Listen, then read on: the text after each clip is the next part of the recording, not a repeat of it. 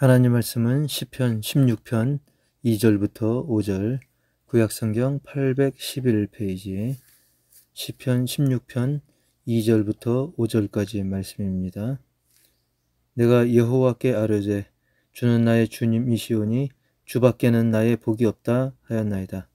땅에 있는 성도들은 존귀한 자들이니 나의 모든 즐거움이 그들에게 있도다. 다른 신에게 예물을 드리는 자는 괴로움이 더할 것이라. 나는 그들이 드리는 피의 전제를 드리지 아니하며 내 입술로 그 이름도 부르지 아니하리로다.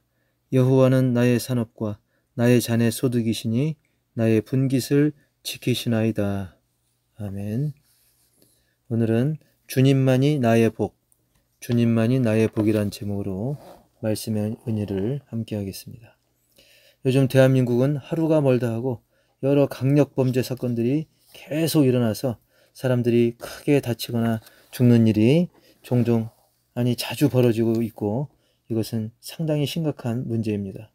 그런데 이런 사건들에 요즘 묻혀서 그렇지 사실 더 심각한 문제는 북한의 도발이죠.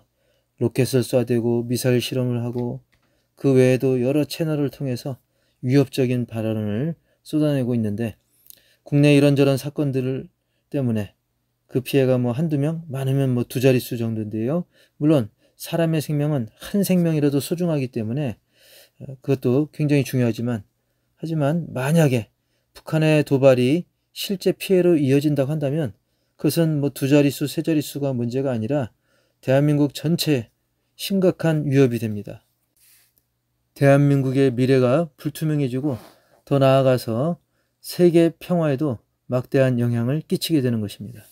그래서 사실 다른 나라들은 남북한의 상황을 굉장히 심각하게 생각하는데 정작 당사자인 대한민국은 비교적 이 문제에 대해서 별스럽지 않게 생각하는 것처럼 보입니다.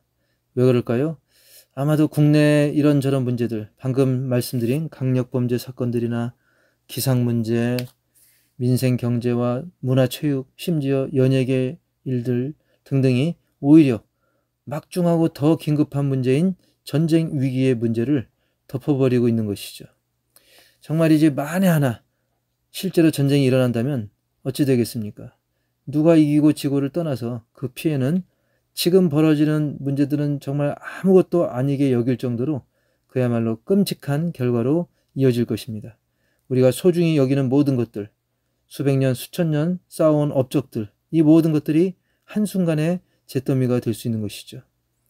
무엇보다 소중한 내 목숨, 내 가족의 목숨도 장담할 수 없는 그런 형편이 되는 것이죠. 그래서 행여 전쟁의 위협이 높아지게 된다면 아마도 많은 사람들이 이런저런 핑계를 만들어서라도 다른 나라로 나가고 싶어 할 것입니다. 그래도 8년 전 기사를 보니까 훈훈한 기사가 있었는데요. 남자들이라면 되게 그렇듯이 지긋지긋하게 여기는 것이 군대 생활이어서 하루라도 빨리 제대했으면 하는 것이 인지상정인데요. 그런데 8년 전 2015년도에 북한이 목함주례 사건, 서부전선 포격 사건 등등으로 도발이 계속되었을 때 오히려 나라를 지키겠다는 일념으로 제대를 미룬 사람들이 제법 있었다는 겁니다. 나라와 민족을 지키고 내 가족을 지킨다는 마음으로 제대까지 미루고 그 끔찍한 전쟁과 맞서겠다는 그런 용기 있는 사람들이 있었던 것이죠. 하물며 우리 믿음의 사람들은 나라와 민족의 위기 또는 내 가족의 위기 그리고 나 자신의 위기 상황을 마주했을 때 어떤 마음으로 어떤 마음가짐으로 대처하고 있는가 생각해 봐야 될 일입니다. 오늘 본문은 숱하게 위기 상황을 맞았던 그리고 그 위기 상황으로 목숨이 달랑달랑했던 그런 다윗의 고백입니다. 사실 다윗은 우리가 생각하는 것 이상으로 많은 위기를 맞았었지만 그럼에도 불구하고 하나님의 놀라운 은혜를 경험하면서 이후에는 어떤 위기 속에서도 오히려 하나님의 신비로운 사랑과 은혜를 찬양하면서 기도했던 것입니다. 그래서 오늘 시편 16편도 그 제목에 보면 다윗의 믹담이란 그런 소제목이 붙어 있는데 그 뜻은 비밀, 신비라는 뜻입니다. 그만큼 깊고 신비로운 하나님의 은혜 그리고 백성을 향한 하나님의 놀라운 사랑이 담긴 그러한 시가 바로 오늘 시편 16편인 것이죠. 그래서 오늘 우리도 이 시편을 통해서 극한의 위기 상황이라도 여전히 섭리하시고 역사하신 하나님, 그 하나님의 그 놀라운 사랑, 그 신비로운 사랑을 더 깊이 알아가고 체험하고 다윗처럼 찬양할 수 있기를 주님의 이름으로 축복합니다. 오늘 말씀을 통해 첫 번째로 우리 심령에 새길 것은 주님만이 나의 복이라는 사실입니다. 오늘 본문 2절, 내가 여호와께 아뢰되 주는 나의 주님이시오니 주밖에는 나의 복이 없다 하였나이다. 우리가 행여 사랑하는 가족이 평소보다 귀가 시간이 늦어진다? 그러면 노심초사 기다리는 다른 가족들이 가장 원하는 게 뭐가 있습니까? 어쨌든 아직 돌아오지 않고 있는 가족이 무사하게 집에 돌아오는 것입니다. 설령 옷이 좀 지저분해지거나 약간의 부상이 있다 할지라도 그저 무사히 돌아왔으면 그것 자체만으로, 그 가족이 돌아온 것 자체만으로도 만족합니다.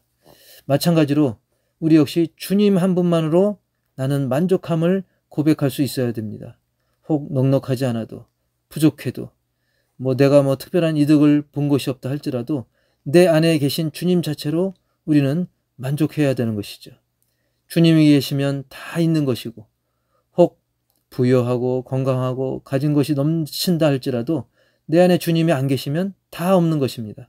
아무 소용이 없는 것입니다. 만약에 집에 불이 났다 치면 불 때문에 정신이 없어도 그 와중에 소중한 것을 다 챙겼다고 한다면 인감도장을 챙기고 계약서를 챙기고 각종 문서, 보석함 등등 싹 다 챙겨왔는데 혹시라도 사랑하는 가족을 못 구했다면 그야말로 챙겨온 다른 것들, 물론 그것도 나름대로 다 귀하겠지만 그것이 무슨 의미가 있겠습니까? 사랑하는 가족을 잃으면 정말 내가 다른 챙긴 것들이 다 소용이 없는 것입니다. 마찬가지로 우리가 다 가졌다 할지라도 하나님 한 번 놓친다면, 주님이 내 안에 안 계신다면 이건 그야말로 말짱 도루묵인 것입니다. 잘생긴 외모, 엄청난 부와 명예, 행복한 가정이 있다 할지라도 그 심령이 하나님을 모시고 있지 않다고 한다면, 그 심령에 하나님이 안 계시다고 한다면 아무 소용이 없는 것입니다. 결국은 지옥을 향해서 가고 있기 때문에 아무 소용없는 것이죠. 사랑하는 성도 여러분, 하나님이 나를 아시고 택하시고 너무나 사랑해서 예수님의 생명 주시까지 사랑하셨기 때문에 그것 하나만으로도 우리는 너무나 큰 복을 이미 받았는데, 우리가 내 형편 탈행하면서 내 신세 한탄하면서 그 은혜를 망각하면 그야말로 가장 불행한 인생이 되고 마는 것입니다. 프랑스의 빅톨 류고라는 문학가가 있습니다. 그 사람은 레 미제라블, 굉장히 유명한, 세계적으로 유명한 문학 작품인데요. 이것은 장발장이라는 이름으로 널리 알려져 있기도 한 그런 세계 최고의 문학 작품 중에 하나인데요. 그 빅톨 류고가 이런 말을 했습니다. 인생에서 가장 큰 행복은 있는 그대로의 나로서 사랑받고 있다는 확신이다. 좀 더 정확히 말하면 내가 이런 사람임에도 사랑받고 있다는 확신이다 라고 말을 했습니다. 사랑하는 성도 여러분, 혹시 우리가 사정이 딱합니까? 하지만 주님은 내 사정이 잘 나가건 딱하건 어떤 상황이건 있는 그대로 품어주시는 우리 아버지 하나님이신 것입니다. 야곱의 아들 요셉도 보면 부모의 큰 사랑받던 위치에서 감옥의 죄수까지 추락했지만 하나님께서 애굽 대제국의 총리 대신으로 삼아주셨고 이스라엘 민족을 이루는데 엄청난 공헌을 하게 하셨습니다. 여기서 중요한 것은 그가 세상에서 출세했다 그게 아니라 그가 어떤 형편, 부유하든지 비천에 처해 있든지 하나님은 그를 사랑하시고 돌보셨다는 것입니다. 사랑하는 성도 여러분, 우리는 이미 믿음으로 천국 백성이 되었기에 환경, 상황, 형편, 주변의 사람 등등이 행여 나를 힘들게 할지라도 그 복은, 천국 백성 된 그 복은 결코 빼앗기거나 또는 스스로 망각하는 그런 어리석음을 범치 말아야 되는 것입니다. 하나님만이 나의 복이 되십니다.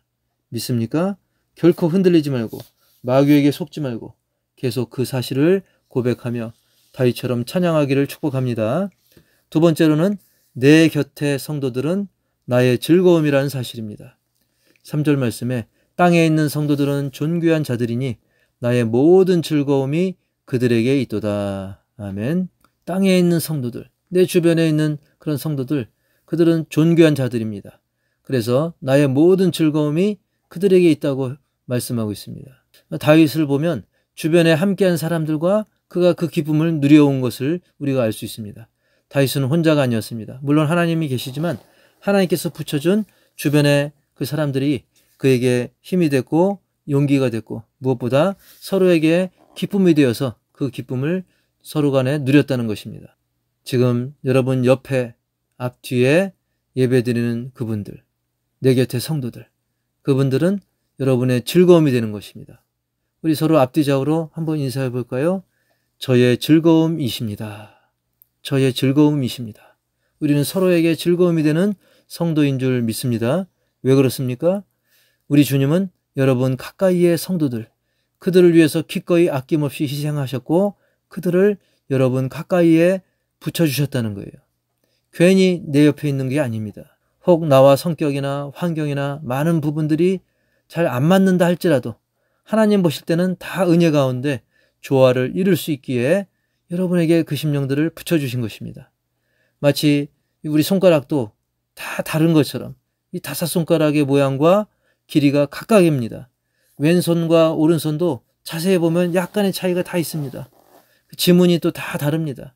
하지만 조화를 이루어서 기막히게 하나님의 일들을 함께 협력해서 할 수 있는 것처럼 하나님께서는 다 이유가 있어서 바로 그 이유는 다른 게 아니라 서로의 즐거움이 되는 것이죠. 그래서 그들을 붙여주는 것입니다. 그렇기 때문에 우리는 인간의 얄팍한 계산이나 내 감정으로 미워하거나 시기 질투하지 말고 다윗의 고백처럼 내 곁에 성도님이 내 모든 즐거움이 된다는 사실을 찬양할 수 있기를 주의 이름으로 축원합니다. 그리고 그들을 더 품을 수 있도록 내 마음의 그릇을 넓혀달라고 성령님께 간구하시길 바랍니다. 세 번째로 내 모든 것 되시고 지켜주시는 하나님을 찬양하라는 사실이죠. 5절 말씀에 보면 여호와는 나의 산업과 나의 잔의 소득이시니 나의 분깃을 지키나이다 라고 고백하고 있습니다. 여호와는 나의 산업, 여기서 산업이라고 하는 것은 내가 몫으로 받은 것, 그런 뜻입니다. 그리고 나의 잔의 소득이라고 말씀하고 있는데 잔이라고 하는 것은 쉽게 컵이죠, 컵. 이것은 다윗이 받아 누리게 될 신분과 지위를 말합니다. 우리가 잔을 보면, 컵을 보면 그 컵에도 다 격조가 다릅니다. 용도가 다르죠. 그래서 그 사람에게 주어진 잔, 이 컵은 그 사람에게 있어서 어떤 신분과 지위, 누릴 수 있는 것들을 상징적으로 비유하고 있는데요. 이렇게 다윗의 산업과 잔의 소득은 구체적으로는 다윗이 누리게 될 재산이라든지 땅이라든지 권력, 명예 등등이 되겠지만 다윗은 그런 것보다는 하나님 그 자체가 하나님이 나의 산업이시다라고 고백하고 있어요. 하나님만이 나의 잔의 소득이심을 그는 고백을 하고 있다는 거예요. 즉 하나님이 내 모든 것이 되신다는 겁니다. 그는 한 국가의 최고의 신분을 경험했음에도 불구하고 그래서 세계에서 최고의 것을 누려봤지만 역시 하나님의 은혜 빼면 헛것이라는 것을 그는 너무나 깊게 체험하고 그것을 고백하고 있는 것입니다. 게다가 나의 분깃, 여기서 분깃이라고 하는 것은 땅 분배를 위해서 제비 뽑아서 얻은 그 땅을 말하는 건데요. 그것을 지켜주시는 분은 하나님이라는 것입니다. 결국 하나님 한 분만으로 내 모든 것이 차고 넘친다, 충분하다는 그런 고백인 것이죠. 그것은 어떤 환경에 처해 있든지 마찬가지입니다. 다윗이 잘 나갈 때만 이런 고백을 한 것이 아니라 다윗이 때로는 실제로 극심한 공포와 배고픔과 목마름의 상황에 처해 있다 할지라도 이 하나님께서는 나의 산업과 나의 잔의 소득과 나의 분깃을 지켜주시는 하나님이심을 그가 고백하고 끝까지 붙들므로 말미암아 다윗은 하나님의 더욱 풍성한 은혜를 찬양하고 간증하는 주인공이 되었던 것입니다. 실제로 그는 돌멩이로 골리앗도 쓰러뜨리지 않았습니까? 그리고 그토록 자기를 괴롭혔던 사울도 그가 미워하지 않고 오히려 그를 위해 기도할 수 있는 그런 여유를 하나님께서 허락하셨을 때 결국 그 모든 문제가 은혜 가운데 정리가 되었죠. 골리앗도 다윗도 결국 쓰러지고 망했지만 기도했던, 하나님만을 의지했던, 여호와는 나의 산업과 나의 자네 소득이시니 나의 분깃을 지키시나이다 라고 고백했던 다윗은 하나님의 놀라운 은혜를 체험하는 그런 주인공이 되었던 것입니다. 과거에 그 히틀러, 나치의 그 포로 수용소에서 끔찍한 죽음의 위기에 처했던 많은 유대인들, 실제로 많은 유대인들이 대학살을 당했습니다. 그런데 거기서 극적으로 살아 돌아온 한 여자분이 있는데 그가 80세가 넘어서 좋은 집을 선물로 받게 되는 행복을 누리게 됩니다. 그때 그의 지인이 얘기하죠. 아이고, 얼마나 좋으시겠습니까? 정말 하나님 참 좋으신 분입니다. 이렇게 당신에게 멋진 집도 주시고 얼마나 멋지시고 좋은 하나님입니까? 라고 이야기했을 때 그때 그 할머니는 이렇게 대답합니다. 하나님께서는 내가 포로 수용소에 있을 때도 참 좋으신 분이셨습니다. 라고 고백합니다. 즉 지금 좋은 집을 선물로 받아서만 좋은 분이 아니라 내가 지금 좋은 집에 있건 심지어 언제 죽을지 모르는 포로 수용소에 있건 하나님은 항상 좋은 분이라는 사실을 그녀는 고백을 했던 것입니다. 사랑하는 성도 여러분, 제가 오늘 말씀을 준비하면서 청소년 시절에 학교에서 들었던, 학교 선생님에게 들었던 그런 이야기가 생각이 나는데요. 활을 쏠 때 아주 집중을 하니까 이 작은 파리 한 마리, 작은 점도 황소 크기만큼 보인다.